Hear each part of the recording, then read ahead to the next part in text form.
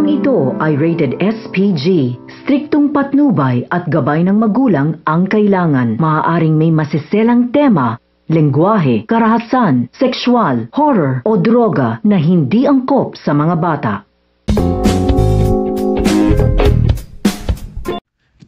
Ngayong next episode, din ang magkalapitan ng Nobitong si Tata at saka si Gob dahil na sinsina na kanilang pag-uusap nung silang dalawa ng naiwan sa opisina dahil itong si Tata ay may kinapos sa pagtatrabaho kaya naman malalim ang kanilang pinag-usapan.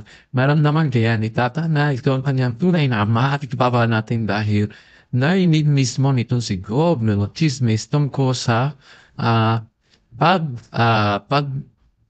sindikatong naganap dito sa kanilang opisina. Kaya naman, nagtatanong siya kung ano ang totoo dahil madiskubre na nga nila ang tunay na budos nitong si Vines at saka si yung kasabwat niya. Kaya abangan natin yan next episode. Don't forget to subscribe for more updates.